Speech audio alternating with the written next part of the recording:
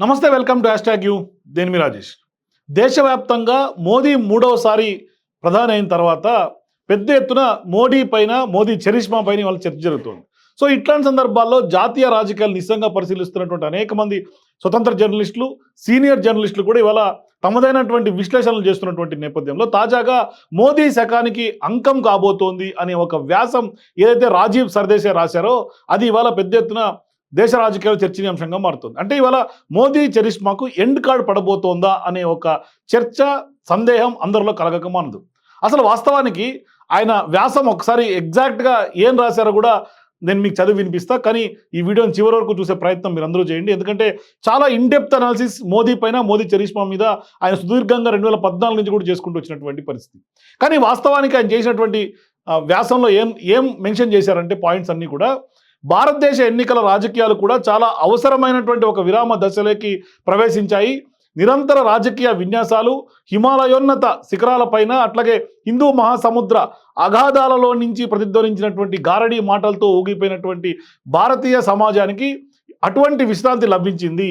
అంటే నరేంద్ర మోదీ 2014లో ప్రధాని మంత్రి పదవిని అధిష్ఠించిన నాటి నుంచి వార్త జగత్తు అవిరామంగా, అసాధారణంగా ప్రజలను ఆవహించటం ప్రారంభమైంది. నోట్ల రద్దు నుంచి లాక్డౌన్ల దాకా, పార్లమెంటరీ సస్పెన్షన్ల నుంచి రైతుల నిరసనల వరకు ఊపిరి పీల్చుకునే వ్యవధే ప్రజలకు లేకుండా పోయింది.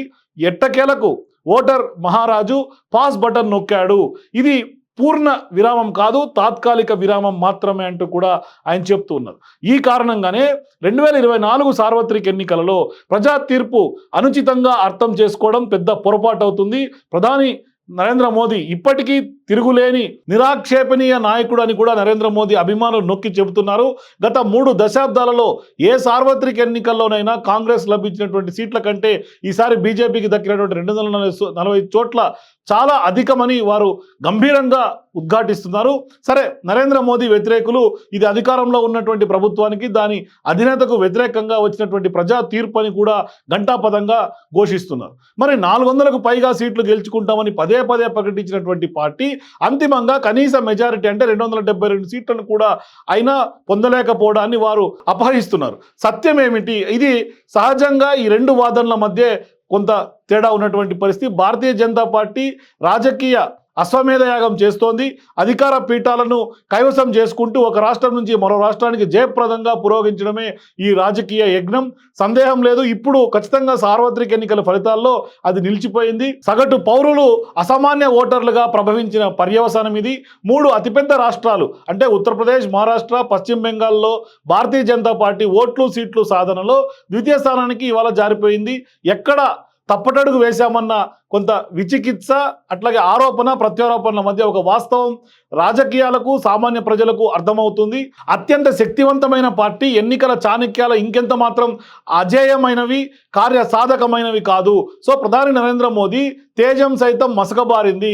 నాయకత్వం విషయమై ఉత్తరప్రదేశ్లో నరేంద్ర మోదీ కంటే రాహుల్ గాంధీ వైపు ప్రజలు మొగ్గు స్పష్టంగా ఉందని centre for studies of developing societies నిర్వహించినటువంటి ఒక పోస్ట్ పోల్ సర్వేలో వెల్లడైంది. అంటే గత దశాబ్ద కాలంలో ఒక ప్రధాన హిందీ భాషా రాష్ట్రంలో మోదీ కంటే రాహుల్కు అత్యధికత లభించడం ఇదే మొదటిసారి. అయినప్పటికీ కూడా కాంగ్రెస్ దేశవ్యాప్తంగా సీట్ల సంఖ్యలోనూ, ఓట్ల వాటాలోనూ బీజేపీ కంటే వెనుకబడే ఉన్నది.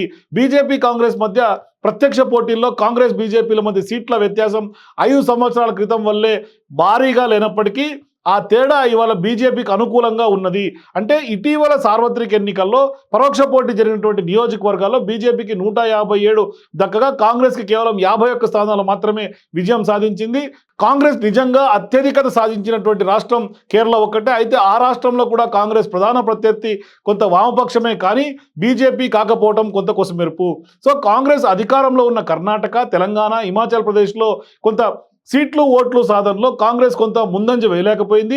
సీట్లు, ఓట్లు అంకగణితం 2024 ఎన్నికల కథలో ఒక భాగాన్ని మాత్రమే చెప్పింది. నరేంద్ర మోదీ జన సమ్మోహన శక్తి, మోదీకి గ్యారంటీ ప్రజల కొంత అచంచల విశ్వాసమే ఈ సార్వత్రిక ఎన్నికల్లో బీజేపీకి అనుకూలంగా కొంత నిర్ణయాత్మక తీర్పును సాధిస్తాయని అధికార పార్టీ శ్రేణులు భావించాయి. కానీ నిశ్చింతగా ఉన్నాయి. సరిగ్గా ఇక్కడే బీజేపీ ప్రచార సారథులు కొంత పొరపాటు పడ్డారు. భారత్ లాంటి దేశంలో ఏ వ్యక్తి దాని ప్రజల కంటే గొప్పవాడు కాదనే సత్యాన్ని వారు విస్మరించారు.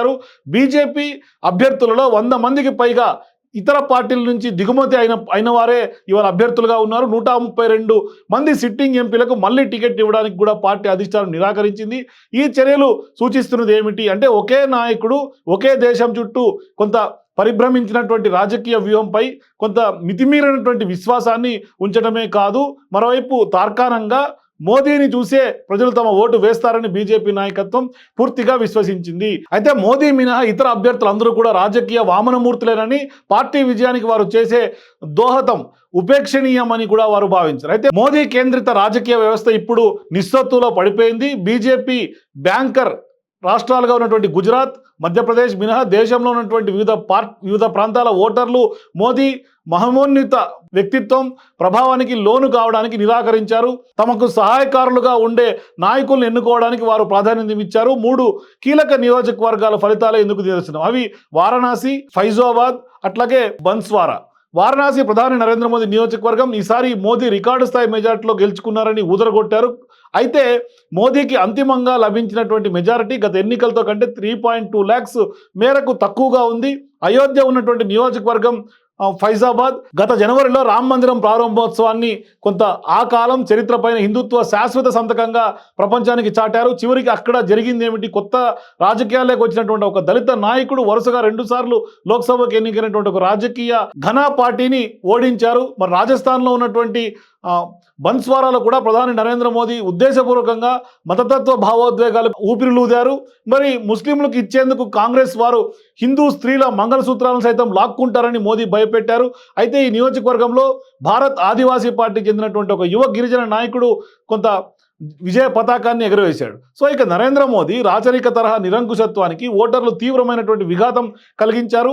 పదవిని నిలబెట్టుకుని కొంత అధికారంలో కొనసాగినప్పటికి కూడా ఆయన రాజకీయ నైతిక కొంత పలుకుబడి క్షీణించింది అనడంలో ఎటువంటి సందేహం లేదు. అయితే మోదీ శకం ముగియలేదు.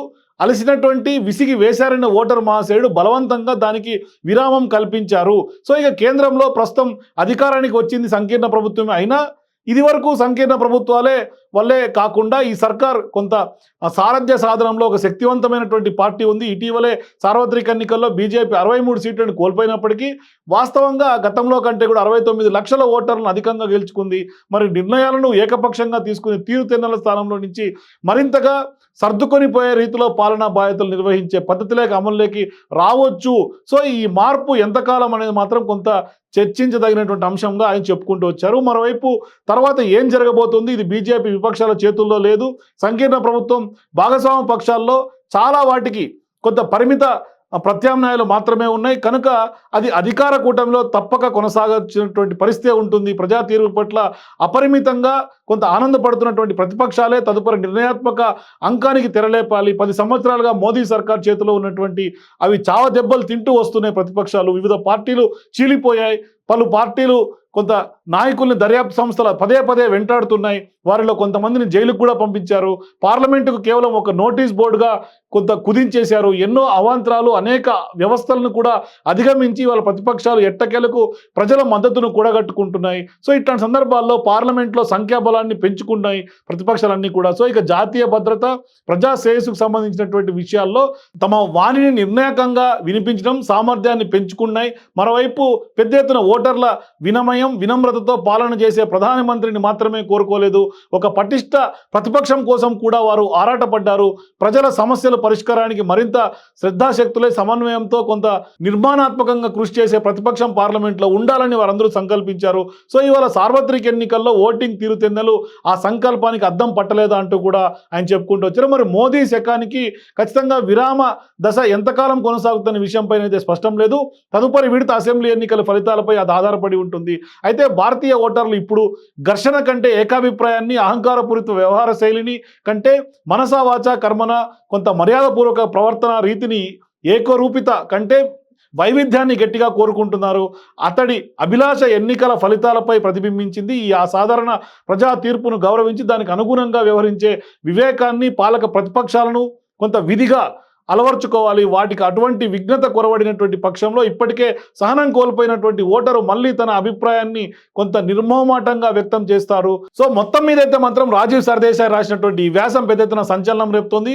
నరేంద్ర మోదీ సకానికి ఖచ్చితంగా కూడా ఇక పులి స్టాప్ పడబోతుంది అంటూ కూడా చెప్పారు. మరోవైపు ప్రజలందరూ కూడా ప్రతిపక్షాలు బలంగా ఉండాలని కోరుకున్నారు. మరోవైపు కొంత ఆయన అహంకార ధోరణి వల్లే ఇవాళ ఓటమి ఇన్ని సీట్లు తగ్గుముఖం పట్టాయనేది మాత్రం స్పష్టంగా చెప్పదలుచుకున్నారు. మొత్తం మీద మీరు కూడా రాజీవ్ సర్దేశాయ్ వ్యాఖ్యల పట్ల ఆయన చేసినటువంటి వ్యాసం మీద మీరు కూడా మీ అభిప్రాయాలు కామెంట్ రూపంలో తెలియజేయండి. For more videos please watch #.